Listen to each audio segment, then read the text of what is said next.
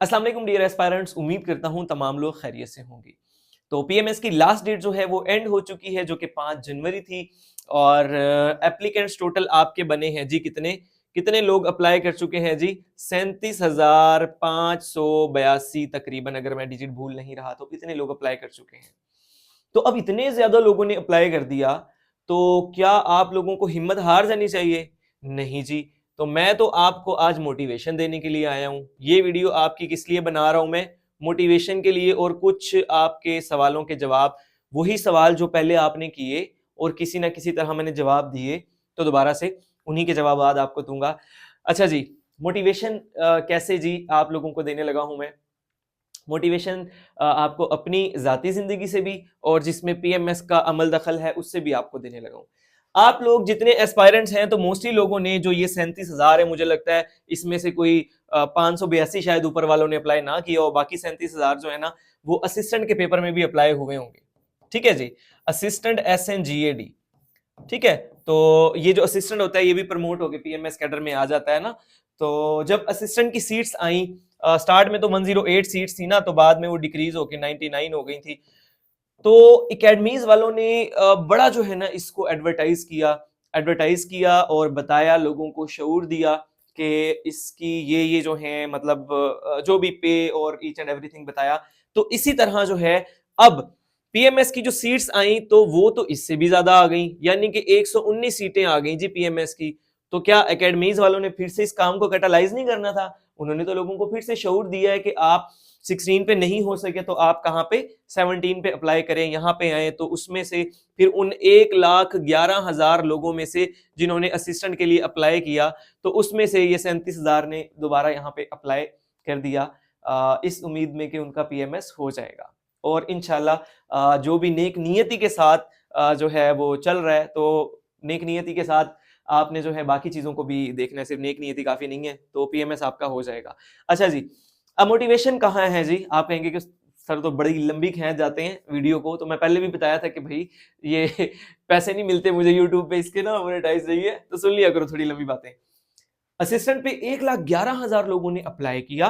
कितने जी? 99 लोगों ने इसमें रिकमेंड होना था, जिसमें से एक मैं भी था। पहले तो मेरा 94 पे नाम था, तो मेरिट पे नहीं आया मैं, बाद में रिवाइज लिस्ट हुई तो अभी मेरा 84 पे आ गया नाम, और मैं यहाँ पे सर्व भी कर रहा हूँ। अच्छा, तो अब यहाँ पे असिस्टेंट SNGAD में 99 जो लोग थे, उससे थोड़ा सा हटके मैं आपको बताता हूँ। एक बंदा जो है वो खड़ा हुआ था मेरिट नंबर 128 पे। ठीक है जी, मेरिट नंबर 128 वाला, मैं तो चलो 94 पे था, करीब करीब था, तो मैं तो इनमें आ गया। कुछ ऊपर वाले लोगों ने ज्वाइन नहीं किया तो मेरा नाम, लेकिन 128 वाले का नाम भी यहाँ पे नहीं आना था, क्योंकि इतने सारे लोग तो नहीं ना छोड़ते। तो अब ये जो 128 पे लड़का था ना, अच्छा एक और चीज, मोटिवेशन बढ़ा देते हैं, जो डोज है ना बढ़ा देता हूं लेवल का। ये असिस्टेंट कौन सा है जी? ये वाला असिस्टेंट है SNGAD का। ठीक है जी, ये जहां पे पीएमएस की सीट्स आई हुई है। एक और असिस्टेंट इसके साथ ही था, वो था पंजाब पुलिस का। ठीक है जी, उसमें 102 सीटें थी। ठीक है जी, पंजाब पुलिस 102 सीटें थी, तो मोस्टली लोग दोनों जगह रिकमेंड थे। मैं यहाँ भी रिकमेंड था, यहाँ मैं पहली लिस्ट में था, और दोनों जगह मतलब ना मोस्टली लोग रिकमेंडेड थे। अब ये जो लेकिन 128 पे बंदा खड़ा है ना, ये आपके लिए मोटिवेशन है। क्यों? क्योंकि वो उसका नाम ना यहाँ पे आया ना उसका नाम यहाँ पे आया, दोनों लिस्टों में उसका नाम नहीं आया। तो लेकिन उसने पीएमएस में भी अप्लाई किया हुआ था। ठीक है, तो वो बंदा जो इन दोनों जगहों पे रिकमेंड नहीं हो सका, वो पीएमएस में जनाबे अली सीट ले गया। सीट तो ली ली उसने, लेकिन उसने टॉप किया। उसने क्या किया जी? उसने टॉप किया। सफीउल्लाह तारिक साहब फ्रॉम मोकाड़ा, इस वक्त जो अभी रिसेंटली लिस्ट आई है पीएमएस की, उसमें नंबर 1 पे है जी वो। ठीक है जी, ये 128 वाला बंदा कहां पहुंच गया जी? नंबर 1 पे पहुंच गया। तो ये फिर कितनी बड़ी मोटिवेशन है जी आप लोगों के लिए। तो इन सारी बातों का मकसद ये है कि अगर आप में से कोई लोग बाकी एग्जाम दे रहे हैं और कहीं पे कामयाबी नहीं मिल पा रही आपको, लेकिन प्रॉपर आप मेहनत कर रहे हैं, तो आप यहाँ पे भी पूरे जोशो जज्बे के साथ जाएं, पेपर अटेम्प्ट करें, और इंशाल्लाह कामयाबी जो है वो आपका मुकद्दर होगी। तो ये थी जनाब अली आप लोगों के लिए मोटिवेशन। आप में से काफी लोगों को ये बात पहले भी पता होगी, लेकिन चले रिपीट होगी। खून आप लोगों का दोबारा से मैंने गरमा दिया। वो शेर तो मुझे याद नहीं है, झपटना पलटना पलट कर झपटना, लहू गर्म रखने का है एक बहाना, कुछ इसी तरह का था। तो ये इस तरह की बातें जो है ना वो थोड़ा आपको मोटिवेट कर देती हैं, आपका माइंड बन जाता है। अच्छा अब आगे चलते हैं जी थोड़ा। जो जब अप्लाई हो रहा था ना, तो मुझे जो मोस्टली क्वेश्चन आ रहे थे ना स्टूडेंट्स के, वो ये आ रहे थे कि सर जी हमें सब्जेक्ट्स बता दें कौन से हम चूज करें। तो मैं जो है वो खास उस पर कोई लोगों को कमेंट नहीं किया, क्योंकि प्रॉपर मैं पीएमएस का मेंटोर नहीं हूँ, वन पेपर का जो है मुझे एक्सपर्टीज है इसके अंदर, तो इस पे मैं ज्यादा जो है लोगों को एडवाइजेस दे देता हूँ बजाय इसके कि मैं पीएमएस पे दूं। तो ये मुझे क्वेश्चंस आ रहे थे, तो फिर भी मैंने 2 सब्जेक्ट्स वो सबको रिकमेंड किए, पंजाबी और पॉलिटिकल साइंस, और तीसरा कहा कि आप अपनी मर्जी से रख लें। अब जब से 5 तारीख गुजर चुकी है और मतलब अप्लाई की डेट एंड हो चुकी है, अब मुझे क्वेश्चंस ये आ रहे हैं कि सर ये जो जीके वाला पेपर है, जो पहला पेपर है, अगर हम ये दे दें और बाकी के जो 11 पेपर हैं वो ना दें, तो क्या हमारा चांस काउंट हो जाएगा? हाँ जी, आपका चांस काउंट हो जाएगा। अब ये कौन लोग पूछ रहे हैं और क्यों पूछ रहे हैं? ये वो लोग पूछ रहे हैं जिन्होंने वो जो एकेडमीज वालों मैंने बताया कैटलाइज करते थे, उनकी बातों में आए, अप्लाई कर दिया, उन्हें लगा उस वक्त जब अप्लाई कर रहे थे कि हम कर सकते हैं, पीएमएस हम क्रैक कर जाएंगे, लेकिन फिर से कोई 2-4 नेगेटिव बंदों से मिले, कोई काम पे गए इधर उधर, किसी साथी ने कहा यार रहन दे तेरे बस दी गल नहीं, आप ये काम करते हैं जो कर रहे हैं, तो इस तरह की बातें सुन के फिर से उसका मन जो है वो पेपर ना देने का बन जाता है। तो मैंने इसलिए आपको पहले मोटिवेशन बता दी है और ये आपका आंसर भी हो गया। और दूसरी चीज ये है कि जब आप अप्लाई कर रहे थे, जो आपने अपने माइंड में तब रखा था ना कि मैं भर्ती हो सकता हूं, तो वही वाली चीज आपने आगे रख के चलनी है। अल्लामा इकबाल साहब का एक शेर है, आप सोच रहे होंगे कि आज सर को बड़ी शेर व शायरी याद आ रही है। वो कहते हैं यकीन मुहकम अमल पैहम मोहब्बत फाते आलम। ठीक है, अब 3 चीजें उन्होंने बताई है ना, तो सबसे पहला उसके अंदर क्या है जी, उसके अंदर है यकीन मुहकम। ठीक है, आप लोगों ने अप्लाई तो कर दिया, अप्लाई किया, और अब अगर आपको लग रहा है कि जनाब ये मुझसे नहीं होगा, तो फिर आपने वही यकीन वाली बात जो अप्लाई करते वक्त आपके माइंड में थी वो लेके आनी है। अच्छा चलो, एक तो ये हो गया जी मोटिवेशन, आपको आगे किसी दोस्त से सुना, किसी भाई से सुना, या किसी मोहल्लेदार को देख लिया वो पीएमएस भर्ती हो गया है, तो आप लोगों ने भी अप्लाई कर दिया। लेकिन अगली चीज क्या है? अगली चीज भी अल्लामा इकबाल साहब ने आपको बता दी है, वो कहते हैं अमल पहम। ठीक है जी, तो अमल पहम भी आपको इस पे करना पड़ेगा, यानी कि लगातार मुसलसल कॉन्टिन्यूअसली आपने स्ट्रगल करनी है अब इस सीट को हासिल करने के लिए, जिसका आपने ख्वाब देखा अप्लाई करते वक्त, वो 37,582 लोग। ठीक है, तो ये थी जी आप लोगों के लिए मोटिवेशन, यकी मुहकम अमल पहम मोहब्बत फाते आलम, जहादे जिंदगानी में है ये मर्दों की शमशीरें। तो आपने अब इन चीजों को अपनी शमशीर बनाना है, शमशीर का मतलब तलवार बनाना है, और मौजूदा दौर में अगर तलवार है तो बस अपने ज़हनी तौर पे आप जो है वो तैयार रहें, क्योंकि तलवार से तो खाली काम नहीं चलता है। ठीक है जी, तो आप लोगों के लिए ये मोटिवेशन सबसे पहले तो मैंने तैयार की हुई थी। उसके बाद ना कुछ क्वेश्चंस थे आप लोगों के, और क्वेश्चंस तकरीबन वही थे मिलते जुलते जो पहले मुझे आ रहे थे, लेकिन मैंने कहा कि आप लोगों का माइंड क्लियर कर दूं एक बार। ठीक है, मोटिवेशन अगर दूं तो फिर पूरी दूं। ठीक है, तो अब ये देखें जी, ये है आपका पीएमएस का सिलेबस, में आपको पहले भी ये एक बार दिखा चुका हूं। कंप्लीट सिलेबस जो है ना, जो मेरी पिछली वीडियो थी उसमें मैंने आप लोगों को बताया था। कौन कौन सा जी? इसमें आ जाता है आपके पास करंट अफेयर्स। ठीक है जी, करंट अफेयर्स आ जाता है, और इसके अंदर आपका जो बी से स्टार्ट होगा ना अब, और कहां तक जाएगा जी? एच तक जाएगा, एंड तक जाएगा।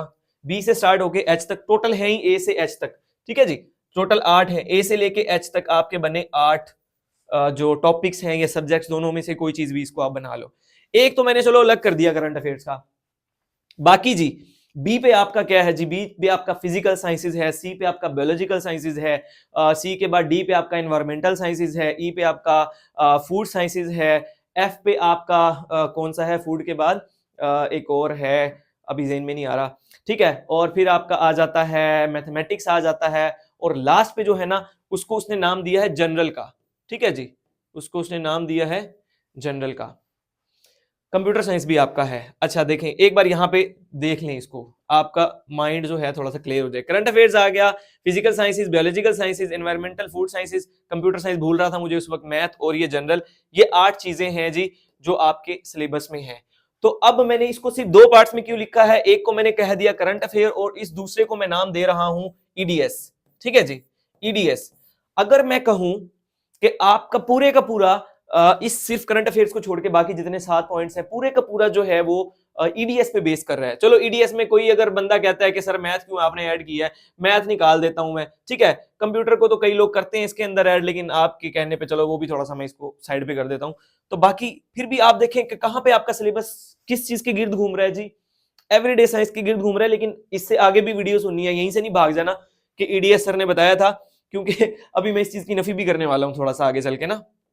देखें जी, अब आ जाए ये लास्ट वाला मैं आपको दिखाना चाह रहा था कि मैंने आपको कहा ना कि ये भी ईडीएस के अंदर शामिल है। देखें, वो कहता है साइंटिस्ट, वो कहता है उनकी कंट्रीब्यूशंस, वो कहता है inventions, discoveries, scientific laws, theories, postulates, ठीक है, यूनिट्स, इंस्ट्रूमेंट्स और मेजरमेंट। क्या इनमें से कोई चीज ऐसी है जो आपको नजर आ रही हो ईडीएस से बाहर हो? सारे ईडीएस के, क्योंकि साइंस सारी वो ईडीएस में हम पढ़ते हैं, उनकी कंट्रीब्यूशन भी, ये डिस्कवरीज, इन्वेंशन सारी एवरीडे साइंस की हैं।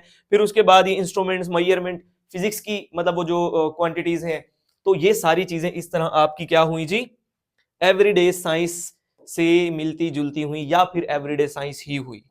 ठीक है जी, ये वाली बात आपके भेजे में आ चुकी होगी अभी तक कि सिलेबस को दो पार्ट में पीपीएससी वालों ने डिवाइड किया हुआ है।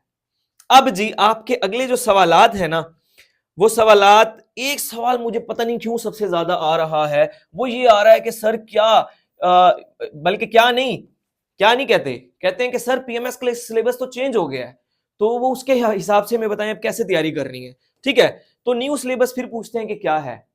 तो आप लोगों की मालूमात के लिए अभी तक पीएमएस का सिलेबस चेंज नहीं हुआ है।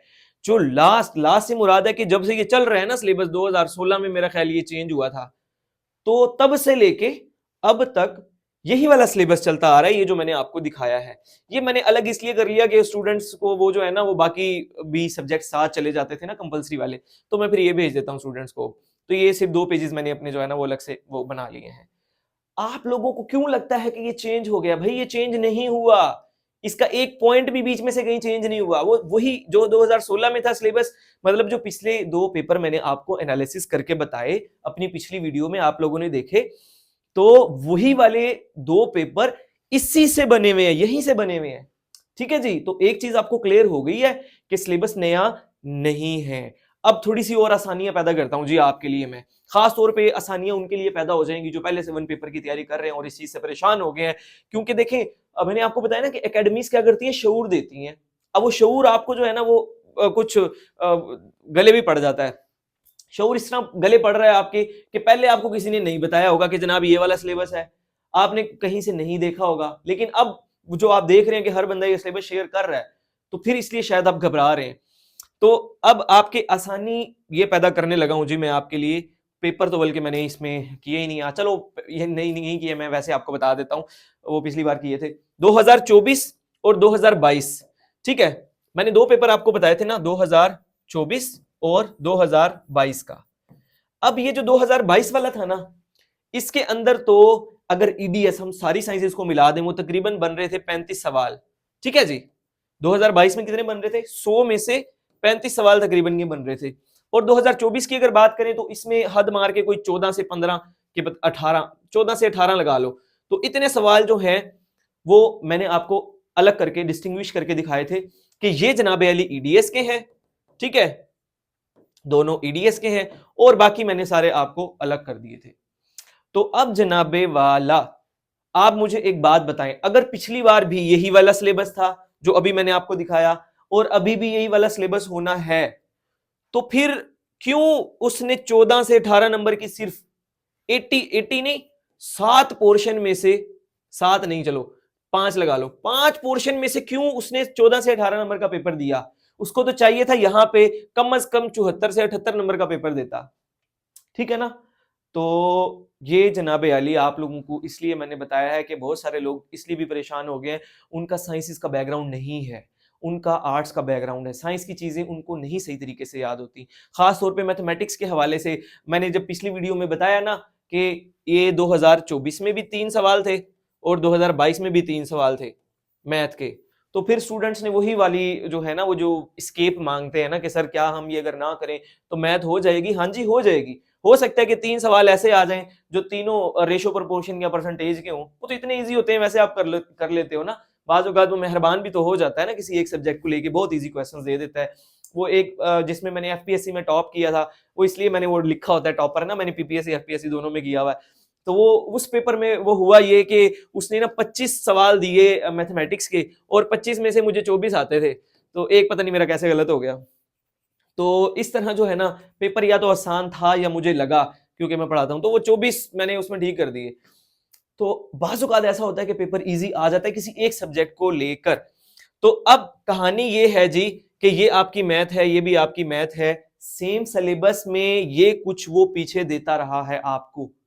तो जो लोग भी नए सिलेबस की डिमांड कर रहे हैं, मैं जो अब टेस्ट सेशन मेरा बनाया है और जो नोट्स में प्रोवाइड कर रहा हूं, वो नए सेशन के मुताबिक ही कर रहा हूं, ठीक है। लेकिन पुराने वाले नोट्स भी मैंने अपने दिए हैं, जो जिसके अंदर क्या जी, जो बाकी का पेपर है जहां से आया, वो वाली चीजें भी मैंने साथ में दी हैं। अब देखें, लास्ट बल्कि मैंने आपको बताया था कि जो 2024 का पेपर था उसके अंदर 10 एमसीक्यूज आए हुए थे जी। कहां से?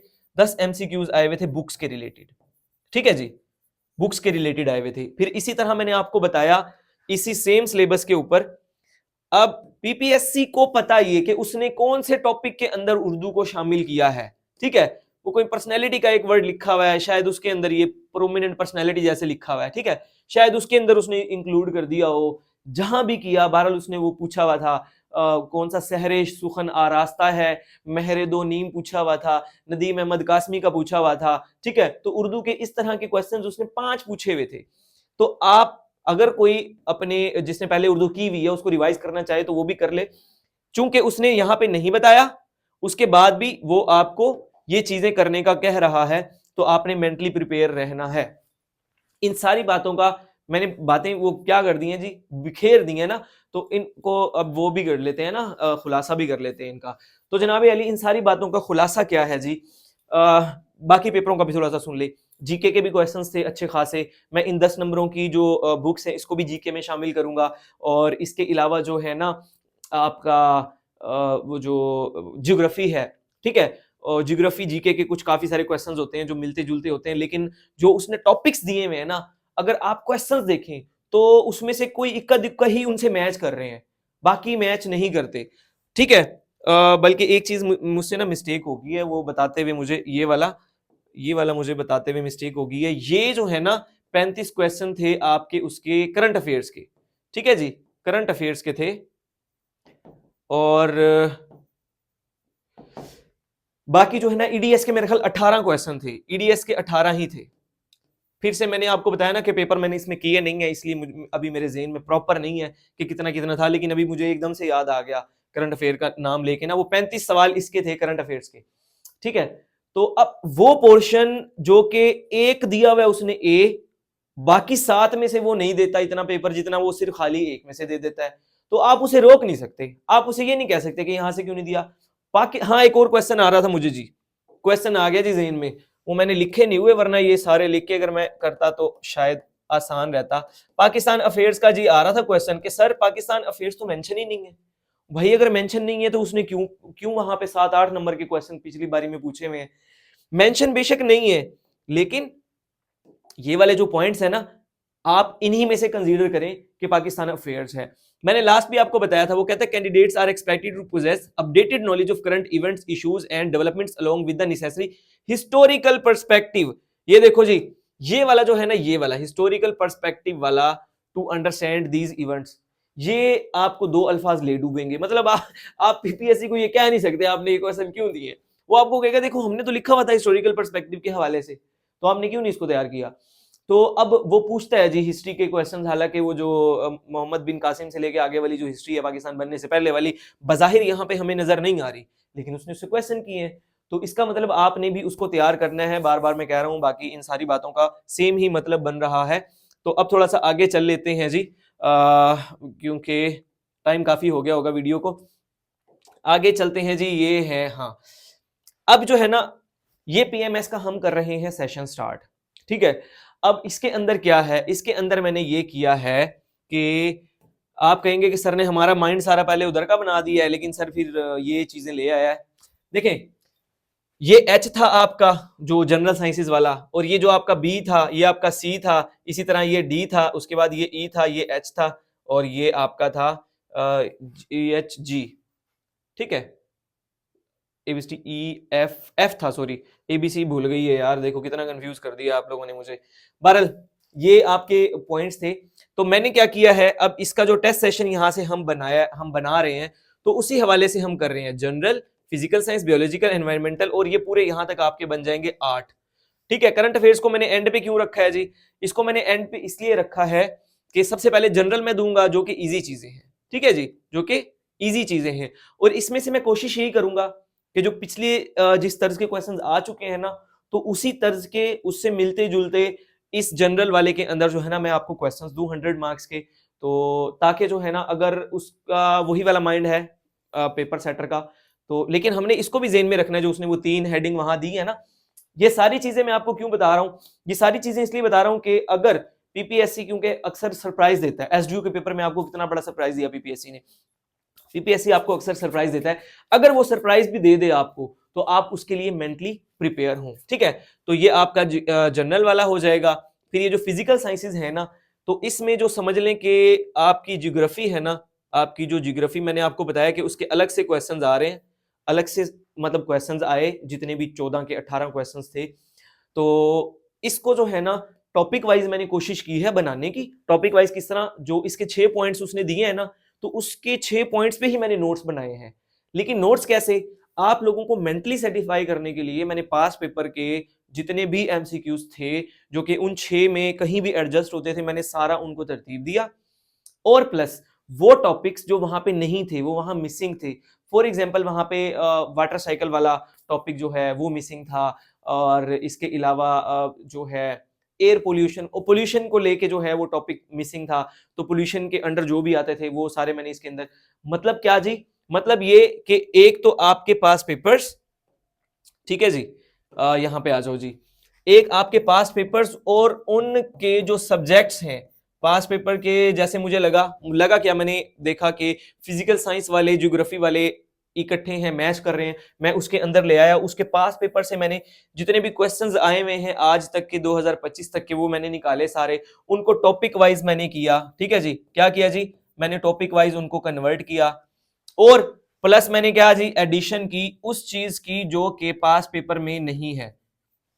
ये चीज भी देख लें, आपके पीएमएस के जो पेपर होंगे ना, आपके जितने भी पीएमएस के पीछे आप देख लें, उसमें ना नए क्वेश्चंस होते हैं, हमेशा नए क्वेश्चंस वो देता है।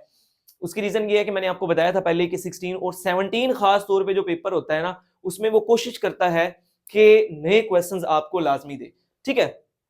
तो ये आपका क्या है जी, इस तरह मैंने वो आपके टॉपिक्स जो है ना वो मैं डिजाइन करते जा रहा हूँ। और ये वाला जो है ना आपका करंट अफेयर्स वाला, एक और चीज चले मैं आपकी उसमें इजाफा कर देता हूँ, सोर्सेज भी थोड़े से चलो मैं आपको बता देता हूँ कि कहाँ से ये चीजें मैं गैदर कर रहा हूँ या करूंगा। देखें, ये वाला जो आपका सिलेबस है ना करंट अफेयर्स का, जो 100 मार्क्स का सीएसएस का पेपर है ना आपका, उसमें 3 जीके के पेपर होते हैं ना, एक करंट अफेयर्स का, पाकिस्तान अफेयर्स का, और ED science, EDS and ability, वो जनरल साइंस एंड एबिलिटी वाला जो होता है। तो ये जो 100 मार्क्स का आपका सीएसएस वाला है ना, ये तकरीबन ये वो वाले इसके अंदर जो हैं वो हैं, क्या बोलते हैं, टॉपिक्स हैं। मैं आपको बता देता हूँ, मेरे पास यहाँ पे पड़ी हुई हैं किताबें, इन 2 किताबों से मैं कोशिश कर रहा हूँ कि मजीद जो डाटा है ना जो टॉपिक वाइज है, तो इन 2 किताबों से निकाल के एक्सट्रैक्ट करके, तो वो आप लोगों को इस वाले टॉपिक में मैंने देना है। और करंट अफेयर को एंड पे मतलब थोड़ा सा नीचे रखने का एक मकसद ये भी था कि अभी इसके ऊपर मैं वर्क कर रहा हूँ, तो मजीद हो जाएगा वर्क, तो फिर उससे आपको क्या होगा जी, बेनिफिट हो जाएगा। देखें, अब ना मैं आपको क्या बता रहा हूँ, मैं आपको सिर्फ ये दिखा रहा हूँ कि उसने जो आपको चीजें दी है ना, जो मैं आपको वो दिखा रहा हूं। देखें, उसने कहा Pakistan economic, social and political issues including जो भी आगे दिया हुआ है। तो देखें जी, ये आपके आ गया इकोनॉमी का, आ गया ये पॉलिटिकल, आ गया इकोनॉमी, आ गई आपकी, और सोशल आ गया, ठीक है। फिर उसके बाद देखें उसने जो चीजें दी हुई है ना, Pakistan relation with neighbouring countries, तो नेबरिंग में कौन कौन सी आती हैं जी, ये देखो जी, इंडिया आती है, चाइना आती है, अफगानिस्तान आता है, तो ये ईरान आता है, तो ये वही वाले उसने टॉपिक्स दिए हैं आपको। मुस्लिम वर्ड्स, तो ये देखें, ये आगे आपको उसने दिया हुआ, रशिया का भी दिया हुआ है, आगे रशिया का भी लिखा हुआ है उसने कहीं, ठीक है। रशिया का कहाँ लिखा है, ये देखें, ये रशिया का लिखा हुआ है। तो आगे देखें, सऊदीया, इंडोनेशिया, टर्की, तो मुस्लिम कंट्रीज हो गई हैं।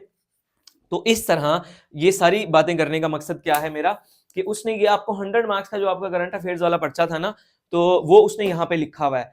फिर कुछ है जो इस बुक के अंदर उसने टॉपिक्स दिए हुए आपके, ठीक है जी।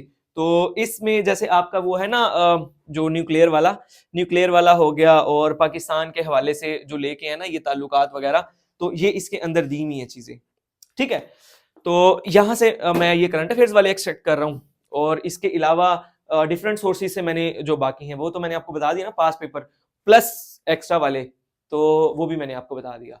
तो इस तरह से जनाब अली मैं आपको प्रिपेयर करके दूंगा। और ये हमारा जो सेशन है जी, कहाँ गया ये सेशन आपका, है कैसे होगा जी, हाँ ये वाला देखें जी। प्रोग्राम है जी हमारा 15 डेज का, ठीक है। गूगल फॉर्म्स पे मैं टेस्ट देता होता हूँ, 9 बजे आपका लिंक आ जाता है, और 25 जनवरी तक ना ये तमाम लिंक्स आपको वर्क करेंगे। आप इनको प्ले करके, ओपन करके मतलब टेस्ट सॉल्व कर सकते हैं, लेकिन उसके बाद ये इनकी एक्सेस एंड हो जाएगी। नोट्स जो है ना, जो अभी मैंने सारी कहानी आपको बताई है, वो वाले नोट्स जो हैं हमने आपको बना के देने हैं। और इसके अलावा जो है ये 8th ऑफ जैन से मैं स्टार्ट कर रहा हूँ। कब से जी? 8 जनवरी से। फीस इसकी हमने रखी है 1500, ठीक है। और कंसेशंस है जी ओल्ड स्टूडेंट्स के लिए, ऑर्फन्स के लिए और डिसेबल के लिए, इनके अलावा कंसेशन नहीं है, ठीक है जी। तो वो अक्सर लोग कहते हैं कि जनाब कर दें। अब इसको देखें जी, ये आपको 8 तो मैंने समझा दिए पहले, ये वाले। अब ये वाले जो 4 है ना, इनको देखें। मैंने क्या किया जी, करंट अफेयर और फूड साइंसेस, क्योंकि एक बड़ा छोटा सा टॉपिक है और ऐसा टॉपिक है जिसमें से ना 2 से 3 क्वेश्चन हद मार के वो देता है, इससे ज्यादा question I don't think so कि वो दे भी आगे जाके ना। तो ये जरा मुश्किल है, और ये यहाँ भी करंट अफेयर्स था, तो मैंने कहा कि दोनों को इकट्ठा करके आपको दे देते हैं, तो ये आपका टेस्ट हो जाएगा। फिजिकल साइंसेज है, एनवायरमेंटल साइंस। देखें एनवायरमेंटल साइंस के अंदर क्या क्या देता है वो आपको, एनवायरमेंटल साइंस के अंदर वो आपको एटमॉस्फेयर दे रहा है, एटमॉस्फेयर की जो लेयर्स आ जाती हैं, या फिर क्या रॉक्स हैं। अब रॉक्स को हम कहाँ देख रहे थे जी, फिजिकल साइंसेज में या ज्योग्राफी में देख रहे थे, तो वो मैंने मिला दिया जी इनको।